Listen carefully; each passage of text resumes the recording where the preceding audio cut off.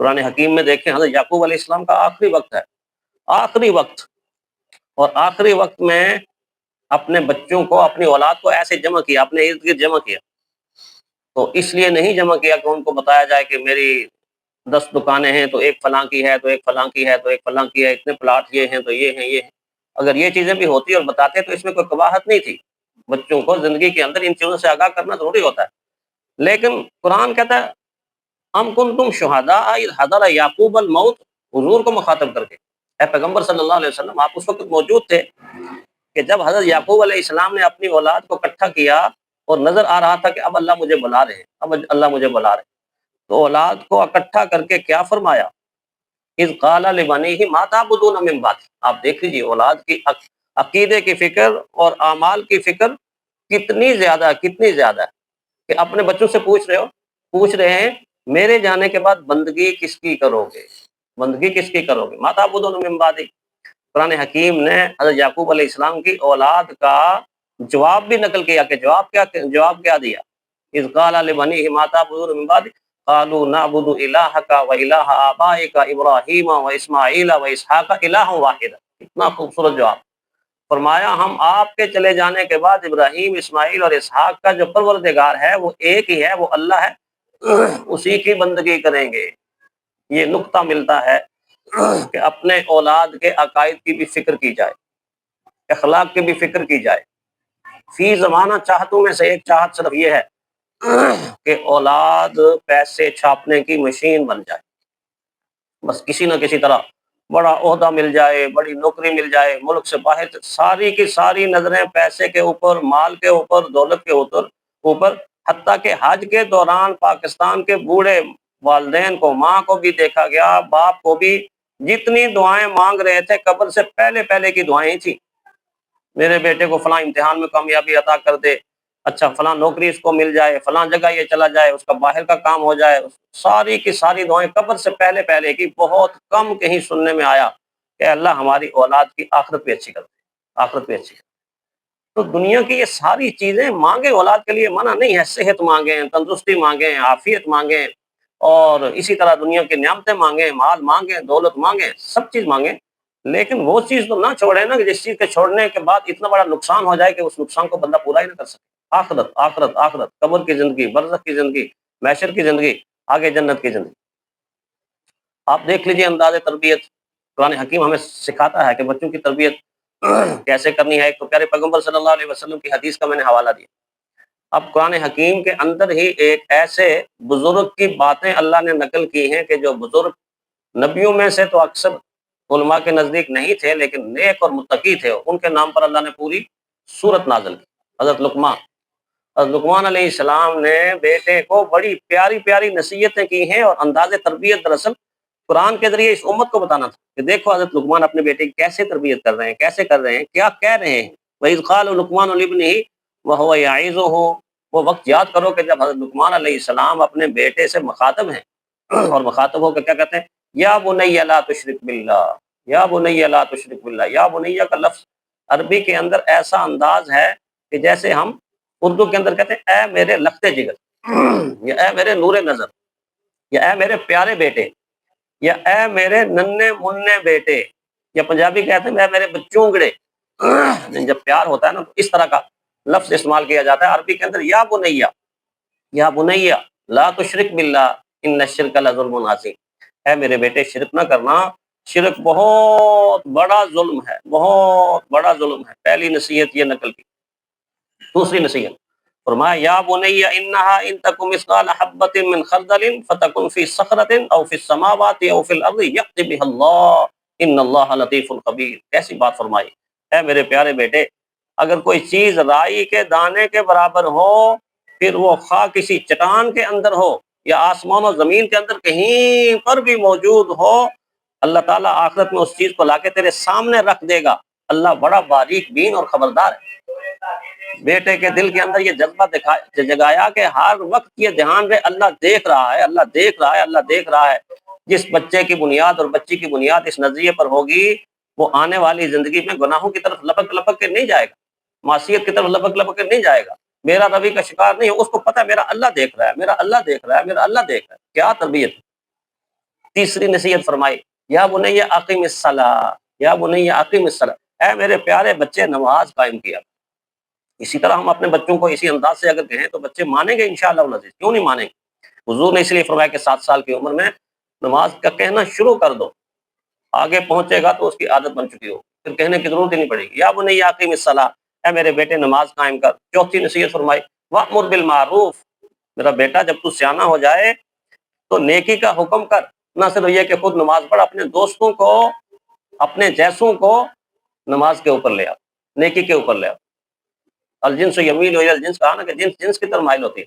نوجوان جتنا نوجوان کو بہتر طریقے سے سمجھا سکتا ہے، بڑا نہیں سمجھا سکتا۔ بچے بچوں کی باتوں کو قبول کرتے ہیں، دوست دوستوں کی باتوں کو قبول کرتے ہیں، عورت عورتوں کی باتوں کو قبول کرتی ہے۔ تو فرمایا وامر بالمعروف، نیکی کا حکم کر، 5 ونہا عن المنکر، برائیوں سے روکتے رہو۔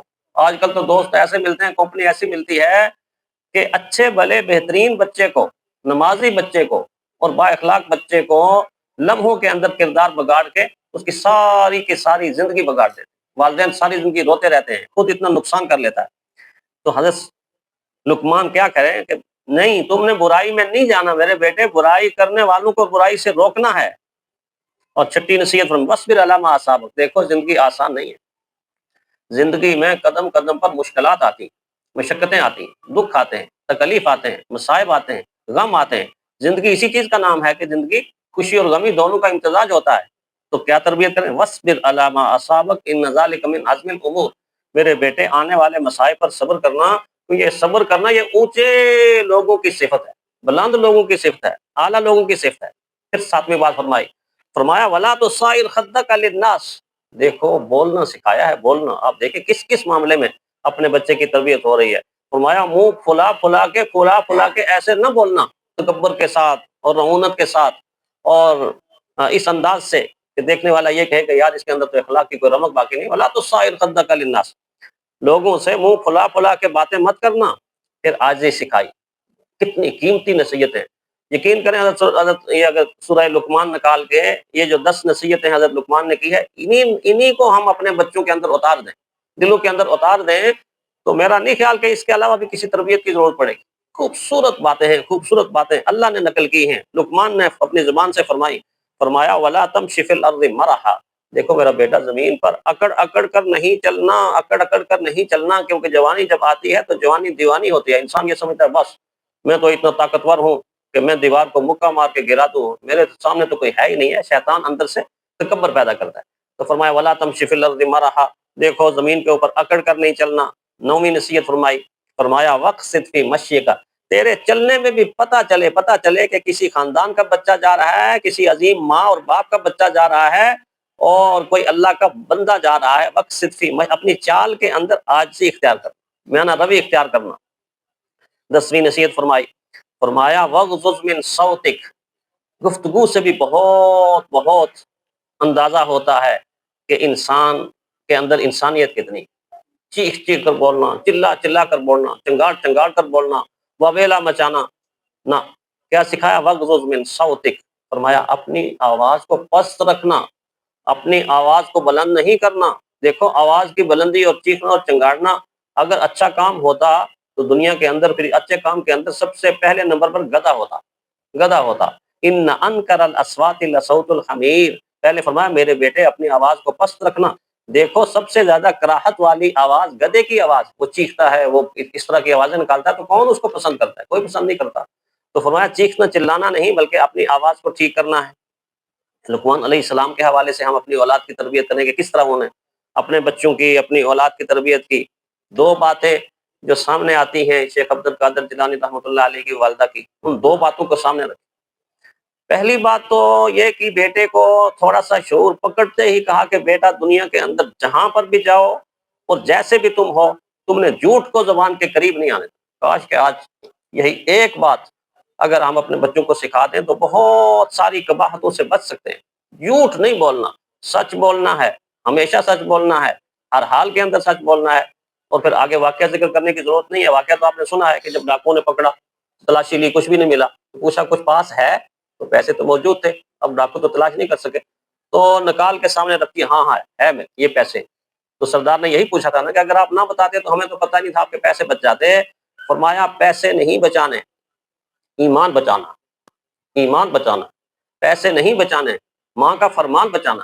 ماں نے مجھے کہا تھا کہ بیٹا زندگی کے کسی مرحلے پر جھوٹ نہیں بولنا، سچ بولنا ہے، اور سچ کی برکت کیا ہوئی کہ کتنے شرمندہ ہوئے وہ لوگ کہ کیسا بچہ ہے اپنی ماں کی نافرمانی نہیں کرتا۔ ہم کتنے محروم ہیں کہ اپنے خالق کی نافرمانی کر رہے ہیں، لوگوں کو لوٹ رہے ہیں، ڈاکہ مار رہے ہیں۔ ایک سچ کی وجہ سے کتنے 10-15 ڈاکو سارے کے سارے توبہ کر کے اللہ کے نیک بندے بن گئے، تو کتنی برکت ہے۔ تو پہلی بات ماں نے سکھائی بیٹا جھوٹ نہیں بولنا، سچ بولنا ہے، اور دوسری بات توکل سکھایا ہے۔ توکل کیا سکھایا کہ جب مدرسے سے گھر آتے تھے نا تو آ کے اس طرح بچوں کی عادت ہوتی ہے، ماں جی دو کھانا، امی کھانا دے دو، تو فوراً آگے سے کہتے اچھا بیٹا کھانا ماں دیتی ہے، امی دیتی ہے، کھانا اللہ دیتا ہے، کھانا اللہ دیتا ہے، رزق اللہ دیتا ہے، تو پھر کیا کروں؟ فرمایا وضو کرو، وضو کر کے 2 نفل پڑھو، 2 نفل پڑھنے کے بعد اللہ تجھے کھانا دے دے گا۔ عادت بنا دی، عادت بنا دی۔ شیخ عبد القادر جیلانی کی بچپن کے آتے، اب آ کے بستہ رکھتے، کتاب رکھتے، تو 2 نفل پڑھتے، وضو کر کے اتنے میں امی کھانا بنا کے دسترخوان پر لگا دیتی، فرماتی بیٹا یہ لے، تیرے اللہ نے تیرے لیے رزق بھیجا ہے، تیرے اللہ نے تیرے لیے رزق بھیجا ہے۔ اور ایک دن ایسا ہوا کہ ماں جی چلی گئی پڑوسیوں کے گھر، کوئی کام تھا، اور بچے کے آنے کا وقت ہو گیا سکول سے، اور سکول سے مدرسے سے جب آیا تو آ کے بستہ رکھا اور وضو کیا اور 2 نفل پڑھے، تو کیا دیکھتا ہے کہ ماں جی تو موجود نہیں ہے لیکن دسترخوان کے اوپر کھانا لگا ہوا، ماں جی موجود نہیں ہے، دسترخوان کے اوپر کھانا لگا ہوا ہے۔ ادھر ماں کو فکر تھی کہ آج بیٹا آئے گا تو کھانا تو اس کو نہیں ملے گا، کھانا تو میں رکھتی تھی، اس کا یقین کہیں بگڑ نہ جائے، تو آ کر دیکھا تو مزے سے سو رہا تھا، نیند میں خراٹے کی آواز آ رہی تھی، تو جگایا بیٹا ہو بھوکے ہی سو گئے ہو؟ تو اٹھ کے جا کے کہنا ماں جی بھوکا کیوں سو گیا ہوں، اتنا لذیذ اور اتنا مزے کا کھانا میں نے دسترخوان پہ کھایا، پھر نیند آ گئی سو گیا۔ تو سوچ میں پڑ گئی کہ کھانا کہاں سے آیا، تو قرآن بات بتاتا ہے کہ کھانا کبھی دنیا سے ہٹ کے بھی آتا ہے۔ وہ دیکھیں نا جب حضرت زکریا علیہ السلام نے کہا مریم سے انا لکی ھذا، اے مریم یہ کمرہ میں لاک کر کے جاتا ہوں، بند کر کے جاتا ہوں، میں کھولتا ہوں لاک اور آپ کے سامنے یہ میوے اور یہ پھل کہاں سے آتے ہیں؟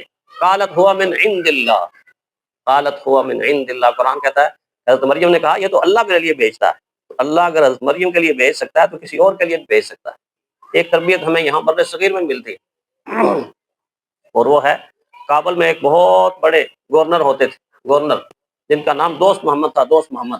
تو دوست محمد کا ایک نوجوان بیٹا تھا، ماں نے بڑی تربیت اچھی کر کے اس کو پالا تھا، تو جہاد کی مہم پر بھیجا، اور جہاد کی مہم پر جب بھیجا تو 1-2 ہفتے کے بعد رپورٹ یہ آ گئی کہ آپ کا بیٹا ناکام ہو گیا ہے اور وہاں سے مغلوب ہو کے واپس آ رہا ہے، ہار کر واپس آ رہا ہے۔ تو دوست محمد کو جب یہ رپورٹ ملی تو اپنی اہلیہ کو کہنے لگا کہ زوجہ محترمہ آپ کا لاڈلا جو ہے وہ جہاد سے ناکام ہو کے واپس آ رہا ہے۔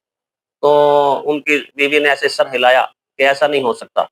تو دوست محمد نے سوچا ایسے ماں ہی ہوتی ہے، مائیں جلیاں ہوتی ہیں، اپنے بیٹوں کے لیے بڑی محبت رکھتی ہیں، تو اس نے کہا کہ ناکام ہو کے واپس، ایسا ہو ہی نہیں سکتا، ایسا ہو ہی نہیں سکتا۔ تیسرے دن جب رپورٹ آئی کہ ان کا بیٹا ہار کر نہیں بلکہ فاتح بن کے آ رہا ہے، فتح کو اللہ کا فتح کر کے آ رہا ہے، تو تب اس نے اپنی زوجہ سے پوچھا کہ تم مجھے یہ بتاؤ کہ کس یقین کے ساتھ تم سر بھی ہلا رہی تھی اور یہ بھی کہہ رہی تھی کہ ہمارا بیٹا ناکام نہیں ہو سکتا، وجہ کیا تھی؟ تو کیا وجہ بتائی؟ فرمایا کہ جب یہ بیٹا میرے بطن کے اندر آیا تو ایک مرتبہ بھی میں نے کبھی لقمہ حرام حلق سے نیچے بطن میں نہیں پہنچایا، میں نے حرام نہیں کھایا، اور دوسرا جب یہ پیٹ سے دنیا میں آیا تو میں نے کبھی بھی اس کو بغیر بسم اللہ کے اور کبھی بھی وضو کیے بغیر اس کو فیڈ نہیں کیا، دودھ پلایا ہے تو وضو کر کے، اور دودھ پلایا ہے تو بسم اللہ پڑھ کے، وضو کر کے اور بسم اللہ پڑھ کے۔ فرمایا جس بیٹے کی تربیت اس انداز سے ہو، اس انداز سے ہو کہ اس کی تربیت میں حرام بھی شامل نہ ہو، اور اس کی زندگی میں باوضو اور بسم اللہ اللہ کے نام کے ساتھ اس کو فیڈ مل جائے، وہ بیٹا اللہ کے دین کی خاطر سر کٹا تو سکتا ہے، سر جھکا نہیں سکتا۔ 2 ہی پہلو ہو سکتے تھے، یا مجھے خبر ملتی کہ میرا بیٹا شہید ہو گیا تو میں مان لیتی، یا مجھے خبر ملتی کہ آپ کا بیٹا غازی بن کے آ رہا ہے تو میں مان لیتی۔ یہ جو تیسری خبر تھی کہ ناکام ہو رہا کہ آ رہا ہے، یہ درست نہیں تھی۔